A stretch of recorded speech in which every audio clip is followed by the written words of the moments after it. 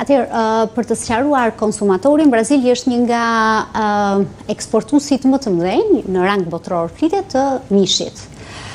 Dhe BE-ja është furnizuar deri para pak kohësh, pra deri në vitin 2025 është furnizuar me mish nga Brazili, por vetëm nga stabilimente të cilat janë nënshtruar auditeve periodike nga BE. Sepse BE për të gjitha produktet që merr nga vendet e treta për të garantuar pikërisht sigurinë dhe cilësinë e këtyre produkteve për konsumatorin evropian, kryen përveç kontrolleve zyrtare të këtyre shteteve, kryen auditime periodike mbi sistemin e kontrollit, mbi sistemin e monitorimit dhe mbi sistemin e zbatimit të gjithë elementeve që garantojnë sigurinë ushqimore dhe për këtë arsye, natyrisht, pas këtyre auditimeve që ka parë që çedon sistemi i gjurmëshmërisë dhe ka probleme me përdorimin e antibiotikëve, ka vendosur që të mos kryej më eksporte nga ky vend për shtetin e vet. Duke qenë që ne, në fakt Shqipëria ka pasur një histori të gjatë në lidhje me eksportin e mishit nga Brazili. Deri në vitin 2017, në fakt kishte një urdhër nga viti 2017, një urdhër i Ministrit të Bujqësisë, i cili në fakt detyronte çdo operator biznesi që eksportonte mish nga Brazili për të kryer analiza laboratorike. Pra, për nivelin e mikrobeve, pra e patogenve të ndryshëm, sepse kishte rezultuar që këto paraqisnin risk të lartë, sepse shpeshtësia e ngarkesës mikrobike ishte më e lartë se ngarkesat e tjera. Por siç ndodh në Shqipëri, me një të rënd të lapsit, mbas vitit 2020 apo 2021, u hoq ky urdhër dhe ne vazhdonim të eksportonim lirshëm ngarkesa nga Brazili. Çfarë tregon? Kjo tregon që mishi nga Brazili është i rrezikshëm, zonja Voksani, apo thjesht ka një mungesë e garancive të dokumenteve që kërkon Bashkimi Evropian? Atëherë, si duhet ta kuptojmë? Pra nuk importohet më mish nga Brazili. Si ta kuptoj këtë konsumatori shqiptar i cili deri më tani e ka konsumuar këtë mish? Deri tani e ka konsumuar jo vetëm për hir të vërtetës, jo vetëm konsumatori shqiptar, por dhe konsumatori evropian.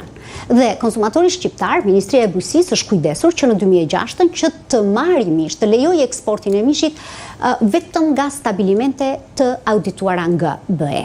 Në fakt, unë ja u thash, ngarkesa mikrobike, përdorimi i antibiotikëve, shpesh herë edhe në mënyrë për të parandaluar, jo në fakt për të luftuar baktere të ndryshme, ka bërë që ngarkesa mikrobike të jetë, por jo domosdoshmërisht mishi, që është aktualisht në treg, është i prekur. Por kjo, në fakt, bën që shteti ynë të ketë kujdes në disa gjëra. Duhet filluar së pari, ndoshta, meqense kjo barrierë është vendosur deri në 3 shtator, ne mund të kemi një mbingarkesë të tregut me mish Brazili. Pra, të kemi një furnizim. Dhe ajo që mua më duket shqetësuese, a do jetë në gjendje autoriteti kombëtar i ushqimit që nga një furnizim i tillë, pra më i madh se sa zakonisht, a do jetë në gjendje të garantoj konsumatorin shqiptar për sigurinë e këtij mishi? Pra, a ka kapacitete laboratorike të mjaftueshme për të rritur frekuencën e analizave laboratorike, jo vetëm të antibiotikut, por edhe të ngarkesës mikrobike, edhe të hormoneve që përdoren për rritjen e masës trupore. Dhe ky është një shqetësim më vete.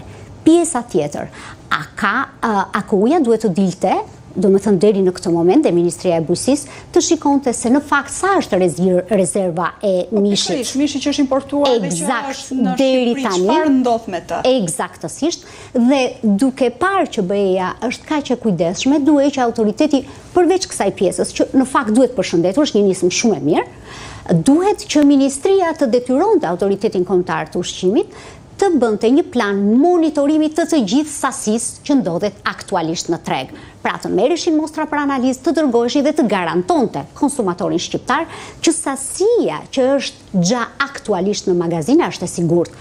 Por ajo që ju thash, nga ana tjetër duhet të garantoj çdo ngarkesë të merret mostër për çdo ngarkesë që mund të vitë deri në datën 3 shtator nga Brazili. Sepse neve sot jemi në datën 11-12, domethënë kemi dhe rreth 20 e ca ditë që unë thash tregu mund të mbingarkohet. Por Kjo do sjellë në pa, Ministria nuk e ka bërë këtë gjë, sepse kjo do nxjerrë në pa problemet që në fakt ne kemi me standardet e kontrollit sipas BE-s. Dhe në qoftë se ne sot mishi kryesisht vjen mishi ngrirë dhe vjen me anije, vjen në portin e Durrësit. Mishi që vjen në një temperaturë -18 gradë. Dhe në qoftë se kjo temperaturë kujdeset, pra për ta sqaruar konsumatorin, të gjithë këto kontenierët kanë një pajisje që quhet taograf, e cila mat temperaturën gjatë gjithë rrugës, që ajo të jetë -18 gradë. Si merret mostra në Shqipëri? Pra, në pikën e inspektimit më të madhe sot që kemi në Shqipëri, kufitare të portit të Durrësit, ne nuk kemi kapacitete frigoriferike për të garantuar të njëjtin termik, se nëse kjo temperaturë ulet dhe me 2 gradë, ajo bëhet objekt i tani që temperaturat janë kaq të larta, kontaminimit nga patogen të ndryshëm. Këtë duhet ta thotë Ministria e Bujqësisë. Unë ju garantoj që në portin e Durrësit nuk ka ambiente frigoriferike që do të garantonin marrjen e mostrës sipas standardeve dhe dërgimin e saj në laborator. Përveç se nuk kemi kapacitete frigoriferike, laboratori i SUVI që kryen këto analizash në Tiranë dhe e di me çfarë mjetesh dërgohet e merr inspektori dhe sjell në Tiranë me frigobokset që ne shkojmë në plazh. Pra, mos garantimi i një regjimi termik të caktuar për një mostrë, për një produkt ushqimor të caktuar, pa mundëson në fakt kryerjen e analizave sipas standardeve, ose e them ndryshe komprometon edhe këto analiza sa do i akredituar të jetë analiza apo laborator. Zotëre, sikur Bashkimi Evropian të mos e kishte kryer këtë audit, çfarë do të thotë? Që ne do vazhdonim të konsumonim, pra dua të them, bëhet kontrolli mjaftueshëm në pikat kufitare, apo mjafton dokumenti origjinës që vjen nga Brazili dhe merret e mirëqen që ky është një mish që plotson standardet? Atëherë, normalisht jo për të gjitha ngarkesat merret mostër për analizë. Sepse çdo produkt që hyn me origjinë shtazore është i shoqëruar me një certifikat veterinare e cila përcakton qartë që ky produkt nuk është i prekur nga antibiotik, nga smundje, nga të tjerë.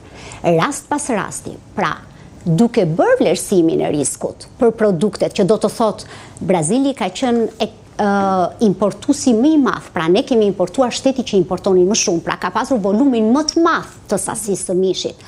Dhe rast pas rasti ka pasur raste me listeria, me patogen të ndryshëm. Me listeria, neve kemi pasur rastet janë të shfaqura vazhdimisht në media.